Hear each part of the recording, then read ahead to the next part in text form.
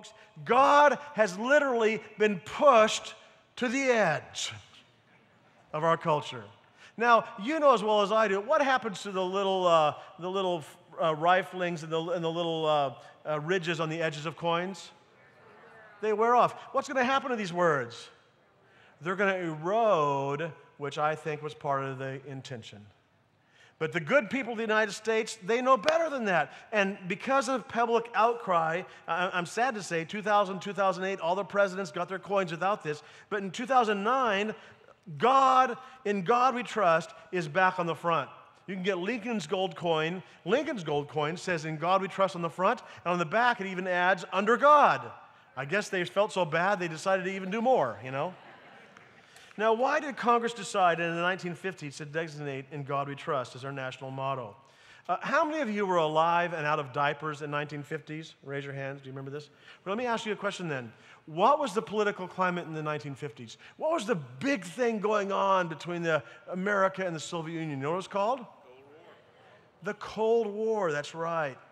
America versus communism. And it appeared in the 50s that communism was winning. The Soviet Union was growing into this mighty superpower. They were annexing all these countries around them. China, huge China, became a communist country. Cuba became communist. And all these countries were becoming communist. And it looked like communism was winning. So guess what the politicians, the Congress of the United States did?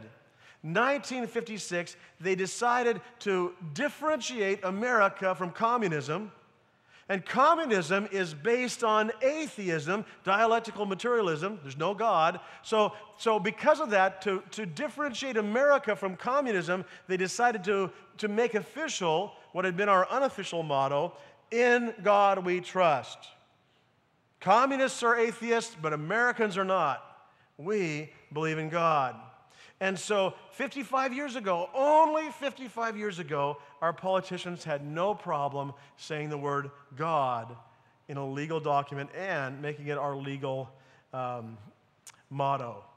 And now, 55 years later, you just can't say God anymore in a legal trial. You can't say God anymore in a legal document. You can't even pray in public. So this is our second point. Americans' founders and leaders proudly and publicly spoke about God and Christianity, even in laws and monuments and coins.